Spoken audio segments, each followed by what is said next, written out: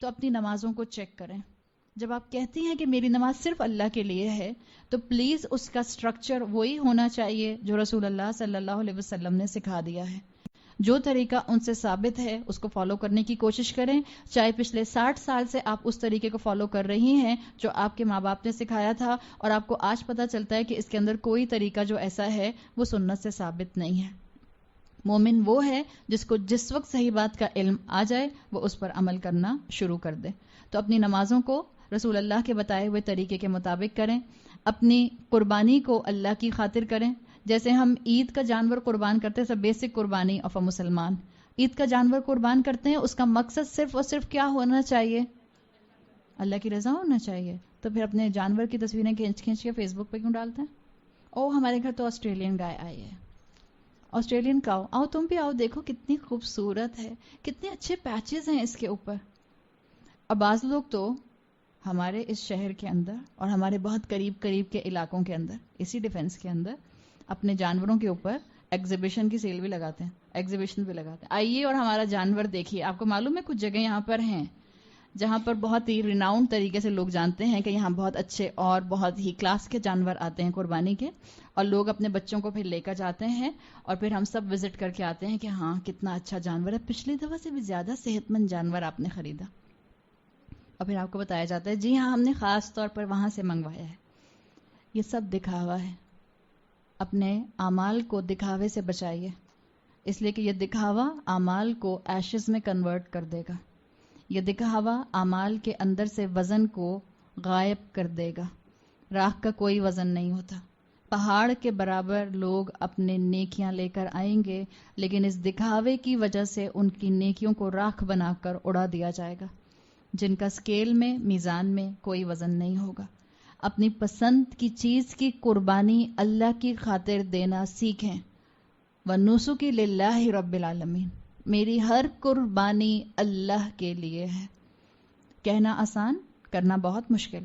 اپنے آرام کی قربانی دیجیے، اپنی ایگو کی قربانی دیجیے، اپنے غصے کی قربانی دیجیے، اپنی برداشت کی قربانی دیجیے. مانے تو اللہ کی خاطر. زندگی میں کوشش تو کریں اللہ کی خاطر. رسول اللہ صلی اللہ علیہ وسلم کی حدیث آتی ہے، آپ نے فرمایا من آتا للہ، جس نے دیا تو اللہ کے لیے، ومنع للہ، اور جس نے روکا تو اللہ کے لیے، وابغض للہ، اور جس نے دشمنی کی تو اللہ کے لیے، فقد استکمل الایمان، بس اس نے تو اپنا ایمان مکمل کر لیا. معاف کر دیں لوگوں کو اللہ کی خاطر. اور معاف کرنا بہت مشکل ہوتا ہے، خاص طور پر جب کسی نے آپ کے ساتھ زیادتی کی ہو. اپنا دل بڑا کریں، اپنی ایگو کی قربانی دیں اور لوگوں کو معاف کر دیں. اللہ تعالیٰ آپ کی اس قربانی کو قبول فرمائے گا. تو اپنے دن بھر کی سٹرگلز کو اللہ کے ساتھ جوڑنا، یہ آپ کا اور میرا اپنی زندگی کو للہ رب العالمین کرنے کے ہے. ماہیا للہ رب العالمین. اللہ میری پوری زندگی آپ کے نام پر. سورہ توبہ میں آتا ہے آیت نمبر 111 میں کہ مومنین نے تو اپنے جان اور مال جنت کے بدلے اللہ کو دے دیے ہیں. ہائیسٹ بڈر کے ہاتھ میں اپنا سودا کر لیا ہے، اور جس نے اللہ کے ساتھ اپنی ڈیلنگ کر لی اس سے بڑا کامیاب کون ہو سکتا ہے. سورہ توبہ میں آتا ہے ان اللہ اشتری من المؤمنین انفسہم واموالہم بان لہم الجنہ. جنت کے بدلے میں اللہ کے بندوں نے یہ سودا اللہ سے کر لیا ہے. اور یہ اللہ کے بندے زندگی میں ہر لمحہ اللہ کی بندگی اڈاپٹ کرنے کی کوشش کرتے ہیں. جن کو اپنے اسکول کے اندر، جن کو اپنی یونیورسٹی کے اندر، جن کو اپنے خاندانوں کے اندر، جن کو اپنی گرینڈ گیدرنگز کے اندر، جن کو اپنی کمیٹی پارٹیز کے اندر، جن کو اپنے کلبز کے اندر اپنے مسلمان ہونے کی آئیڈینٹی پر فخر ہے، اپنے مسلمان حلیے پر فخر ہے، جو شرمندہ نہیں ہوتے کہ کلاس دیکھی جاتی ہے کہ کہاں پر میں چادر اوڑھ کر جا سکتی ہوں اور کہاں پر میں چادر اوڑھ کر نہیں جا سکتی. دیکھیں نا، یہ وہاں کی ڈیمانڈ نہیں ہے تو میں چادر نہیں پہن سکتی. سوچ لیا کریں کہ کیا وہاں اس جگہ کا، اس گیدرنگ کا، اس پارٹی کا، اس کلب کا، اس کمیٹی پارٹی کا، اس کٹی پارٹی کا رب کوئی اور ہے جس نے آپ کو کوئی اور حکم دے دیا؟ جب آپ نے کہا ہے حیاتی للہ رب العالمین، میری زندگی اللہ رب العالمین کے لیے ہے، تو اب اس کی لیونگ ایگزامپل بن کر دکھائیے. فخر کریں اور اپنے بچوں کے اندر یہ فخر ڈالیں. جب ماں کو دین پر شرمندگی ہوگی تو اولاد کہاں ہوگی؟ اٹس اے جنرل رول دین کے معاملے میں. اگر ماں باپ سمجھ لیں لیڈر کے اوپر ایمان کے لیول 10 پر ہیں تو جنرلی آپ کی اولاد لیول 6 لیول 5 لیول 4 پر ہوگی، آپ سے پیچھے ہوگی، الا ماشاء اللہ۔ ایکسیپشنل کیسز دنیا میں ہمیشہ سے رہے، ہمیشہ رہیں گے، اولاد ماں باپ سے آگے بھی نکل جاتی ہے اعمال میں، لیکن رول یہی ہے جتنا کانفیڈنٹلی ماں باپ دین کو اپنے اوپر لائیں گے اتنے ہی کانفیڈنس کے ساتھ اولاد اس پر عمل کرنا چاہے گی۔ جب ماں کو شرم آئے گی یہ بتاتے ہوئے کہ میں سنت پر عمل کرنے کی وجہ سے اس چیز کا حصہ نہیں بن سکتی، اس سیلیبریشن میں اپنا حصہ نہیں ڈال سکتی، تو پھر اولاد کا کانفیڈنس لیول کتنا کم ہوگا آپ اندازہ کر لیں۔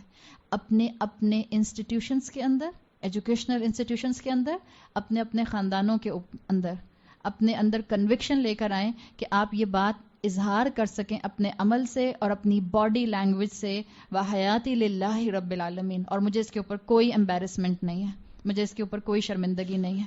ہمارا حال یہ ہے، ہمارے ہاتھوں میں 100% حق ہے یا نہیں ہے؟ کیا قرآن حق ہے؟ کیا اسلام حق ہے؟ کیا رسول اللہ صلی اللہ علیہ وسلم حق ہے؟ وہ دعا یاد کر لیں جو تہجد کی دعا ہے، کتنی خوبصورت دعا ہے۔ اس وقت تو موقع نہیں، ورنہ میں کہیں سے کہیں نکل جاؤں گی، ویسے ہی میرا ٹائم جو ہے وہ بہت تیز جاتا ہے۔ مجھے واقعی اب محسوس ہوا کہ 1.25 گھنٹہ میرے لیے بہت کم تھا۔ ہم 1.25 گھنٹہ آتے ہیں، 1.5 گھنٹہ آتے؟ اچھا، ہم 1.5 گھنٹہ آتے ہیں، ٹھیک ہے۔ کہنے کا مطلب کیا ہے؟ ہمارے ہاتھوں میں حق موجود ہے، ہمارے ہاتھوں میں 100% سچائی اور نور موجود ہے۔ آپ کو کچھ اندازہ ہے جس دنیا میں آج آپ رہتی ہیں اس کے اندر دوسرا بڑا مذہب کون سا ہے؟ کرسچینٹی ہے۔ آپ نے کبھی سنا ہے اور آپ نے کبھی اندازہ کیا ہے کہ کرسچینٹی کس تیزی سے دنیا میں پھیل رہی ہے؟ کتنا کرسچن سوشل ورک کرتے ہیں اور بالکل پسے ہوئے طبقات کے اندر جا کر سوشل ورک کرتے ہیں، لوگوں کو پہلے کھانا کھلاتے ہیں، کپڑا پہناتے ہیں، ان کی بیسک نیڈز پوری کرتے ہیں تاکہ ان کا دل کھلے، اور اس کے بعد اپنے دین کا ان کو جو ہے وہ انویٹیشن دے دیتے ہیں۔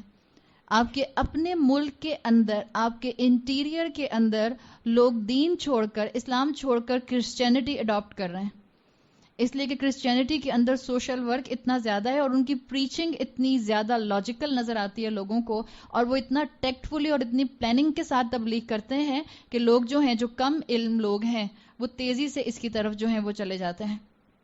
آپ نے اور میں نے کتنی کوشش کی اپنے مسلمان بھائیوں کو، اپنے گھر کے نوکروں کو قرآن سے جوڑنے کی، اللہ سے جوڑنے کی۔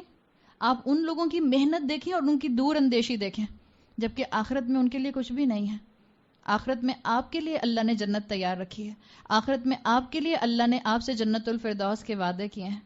ان کی محنت اور پلاننگ دیکھیں، ان کی اسٹریٹجیز دیکھیں، ان کا سوشل ورک دیکھیں، ان کا آرفنیجز بنانا دیکھیے، ان کا آرفنس کو ایڈاپشن کی حد تک لے کر جانا دیکھیے۔ اور ہم مسلمانوں کا تو ایک ہی فیوریٹ کام ہے، کیا ہے؟ رمضان کے حوالے سے سونا، ہمارا سونا دیکھیں۔ جس دن ان مسلمانوں کا سونا کم ہو گیا، آپ اور میں بڑے بڑے کام کر جائیں گے۔ جاگیں گے تو پتہ چلے گا نا کہ کچھ کرنا ہے۔ اور یہ سونا ہمیں مینٹلی جتنی دیر ہم جاگتے ہیں اس میں بھی سلا کر رکھتا ہے۔ آپ جتنا سوتے ہیں اتنا آپ کے اوپر لیتھارجک سٹیٹ زیادہ آتی جاتی ہے۔ اور یہ مسلمان امت فزیکلی بھی بہت سوتی ہے اور جاگتے ہوئے بھی سوئی ہوئی ہوتی ہے۔ آپ سوتے ہوئے کو تو جگا سکتے ہیں، اب جو جاگتے ہوئے سو رہے ہیں اس کو کیسے جگائیں گے؟ آسان کام ہے، جھنجھوڑنا پڑتا ہے اس کو اندر سے، جیسے بچے اپنے ریٹل کو جھنجھوڑتے ہیں نا، کبھی کبھی دل یہی چاہتا ہے کہ کوئی ہمیں بھی اندر سے ایسے ہی جھنجھوڑ دے کہ ہم جاگ جائیں اور ہمیں احساس ہو جائے کہ ہمارا وقت کتنا کم ہے اور ہمارا مقابلہ کتنا سخت ہے۔ باطل اپنے ہاتھ میں باطل پکڑ کر محنتیں کر رہا ہے، اور ہم 1.3 بلین مسلمان کوڑا کرکٹ بنے ہوئے ہیں دنیا کے قدموں کے اندر، آپ اور میں ہیں۔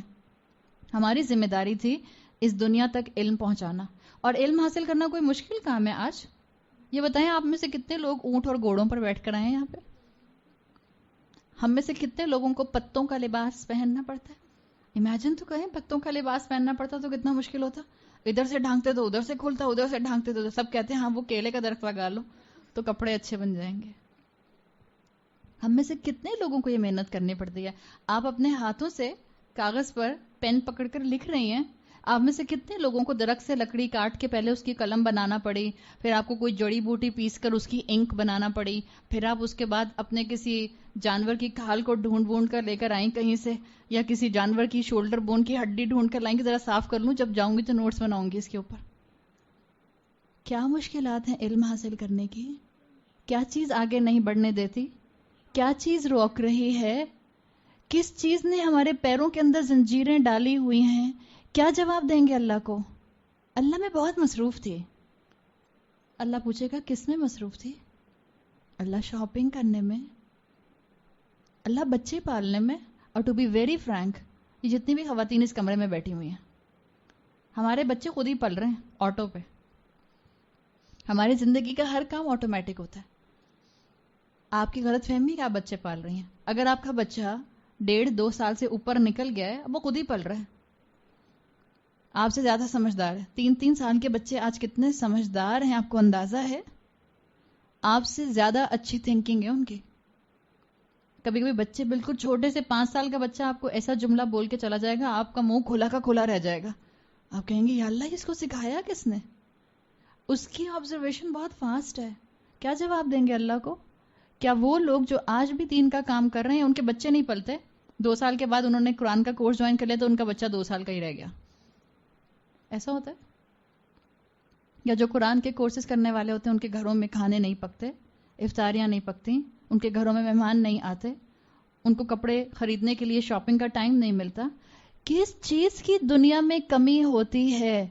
کوئی زنجیر نہیں ہے میرے پاؤں میں سوائے میرے اپنے نفس کی زنجیر کے، سوائے میری اپنی غفلت کی زنجیر کے، سوائے میری اپنی اللہ سے دوری کی زنجیر کے، اور کوئی زنجیر نہیں ہے. اور یہی وجہ ہے کہ آج ہم مسلمان ہوتے ہوئے بھی اپنے مسلمان ہونے پر شرمندہ ہیں. ذرا سر اٹھا کر دیکھیں ہم نے اپنے آس پاس کیا ماحول بنا دیا ہے. جن کے ہاتھ میں شیشہ ہے وہ اتراتے ہیں، اور جن کے ہاتھ میں ہیرے ہیں وہ کیا کرتے ہیں؟ شرماتے اور گھبراتے ہیں اور ہچکچاتے ہیں. ہمارے ہاتھ میں جو دین ہے اس سے بہترین اور خوبصورت دین تو کوئی ہے نہیں. اگر آج ہم بلینز مسلمان ہیں، ان بلین میں سے چند ملین اپنی ذمہ داری سمجھ جائیں، آپ یقین رکھیں فرشتے آپ کی مدد کے لیے آسمان سے آج بھی اتریں گے، اور کافر جو ہیں وہ آج بھی مسلمانوں سے گھبرائیں گے. لیکن چند کو احساس ہونے کی ضرورت ہے. اب اگر مثال کے طور پر اس کمرے میں اس وقت 50 خواتین بیٹھی ہیں، اور 50 میں سے کسی کو ہم آپ کو ایک چیز کہتے ہیں کہ اچھا آپ کو علم حاصل کرنا ہے، ہم آپ کو آپشن دیتے ہیں آپ علم حاصل کریں.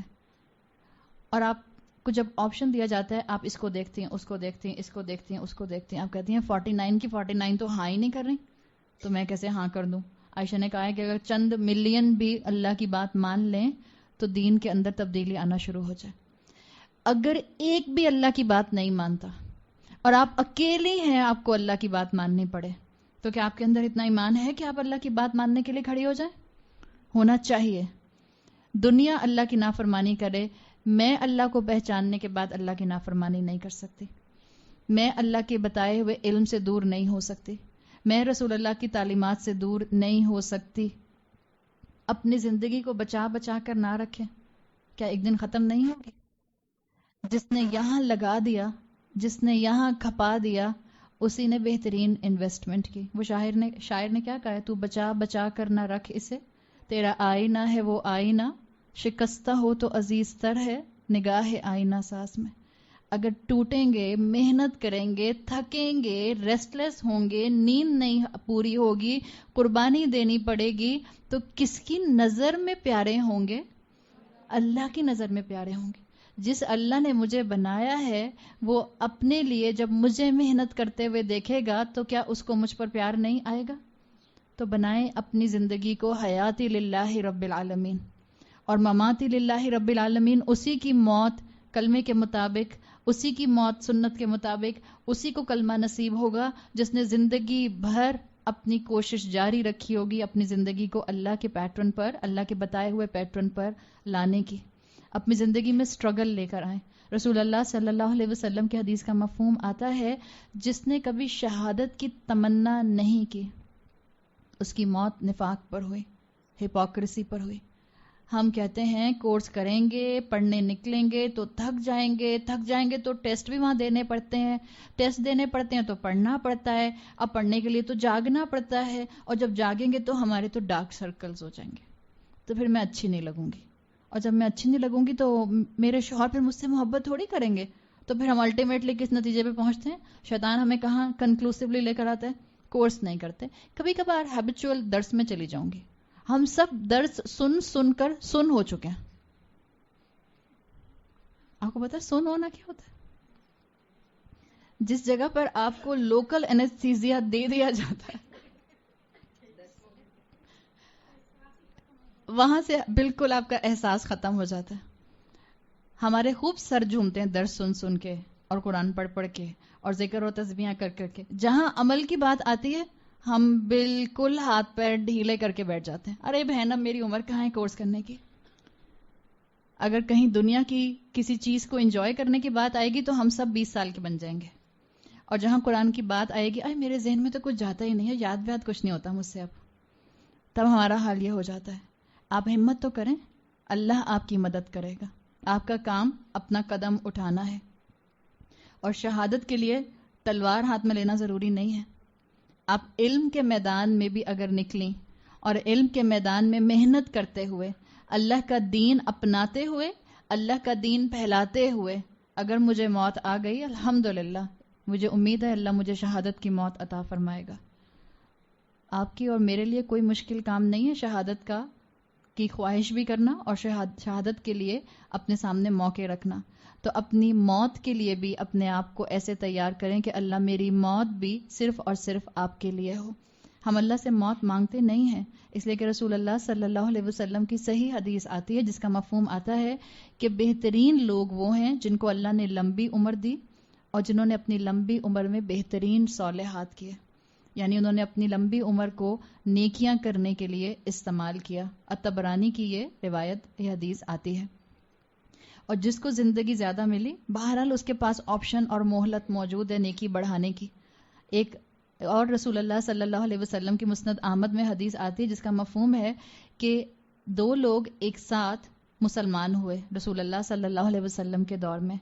دونوں نے ایک ہی دن کلمہ پڑھا، ایک ہی دن دونوں نے اسلام قبول کیا. ان میں سے ایک انسان کو اللہ نے شہید ہونے کا آنر دیا، یعنی ان میں سے ایک جو تھا وہ شہید ہو گیا. دوسرے کو اللہ نے زندگی دی اور دوسرا اس شہید کے مقابلے میں 1 سال تک زندہ رہا، یعنی اس کو 1 سال تک عبادت کا موقع ملتا رہا. اور پھر اس دوسرے انسان کا انتقال اپنی فزیکل ڈیتھ پر ہوا، طبعی موت پر ہوا، شہادت نہیں ہوئی. تو ایک صحابی کہتے ہیں جن کا نام آتا ہے طلحہ ابن عبید رضی اللہ عنہ، کہتے ہیں میں نے خواب ان دونوں کے بارے میں دیکھا. یہ جو دونوں لوگ مسلمان ہوئے تھے اور جن میں سے پہلا شہید ہوا تھا اور دوسرے کو ریگولر جو نارمل ڈیتھ آتی ہے فزیکل ڈیتھ وہ ہوئی تھی، لیکن وہ 1 سال تک زندہ رہا تھا. تو حضرت طلحہ کہتے ہیں کہ میں نے خواب میں ان دونوں کو دیکھا اور میں نے دیکھا کہ جس کا انتقال 1 سال کے بعد ہوا تھا اس کو شہید سے پہلے جنت میں داخل کیا گیا ہے. یہ بہت حیران ہوئے، اس لیے کہ انہوں نے تو سنا تھا کہ شہید کو جو ہے وہ قیامت تک انتظار نہیں کرنا ہوتا اور اس کو جنت میں داخل کر دیا جائے گا. تو یہ پریشانی میں رسول اللہ صلی اللہ علیہ وسلم کے پاس آئے اور ان کو اپنا خواب سنایا. رسول اللہ صلی اللہ علیہ وسلم نے ان کا جب خواب سن لیا تو ان سے پوچھا کہ یہ بتاؤ کیا اس کو 1 سال کی زندگی زیادہ نہیں ملی؟ انہوں نے کہا جی ملی. آپ نے کہا کیا اس نے 1 سال عبادت زیادہ نہیں کی؟ انہوں نے کہا جی ہاں کی. آپ صلی اللہ علیہ وسلم نے کہا کیا اس کو پہلے جانے والے شخص کے مقابلے میں ایک اور رمضان نہیں ملا؟ انہوں نے کہا جی ہاں ملا. تو اللہ کے رسول صلی اللہ علیہ وسلم نے کہا کہ اس دوسرے انسان کو زندگی میں نیکیاں کرنے کی مہلت ملی اور اس نے اس مہلت سے فائدہ اٹھایا، اسی لیے اس کو اجر میں اس سے زیادہ بڑھا دیا گیا. تو اپنے لیے کبھی موت کی تمنا نہ کریں، اور جو اللہ نے زندگی کی مہلت دی ہے اللہ سے دعا کیا کریں کہ اللہ مجھے موت نہ آئے اس حال میں کہ میں آپ کی فرما بردار ہوں. اللہ نہ کرے ہماری موت کسی ایسے عمل پر آئے جو اللہ کی نافرمانی کا عمل ہو. تو اپنی زندگی کو چلتا پھرتا اللہ کی عبادت کا ماڈل بنانا، یہی میرا اور آپ کا زندگی کا مقصد ہونا چاہیے.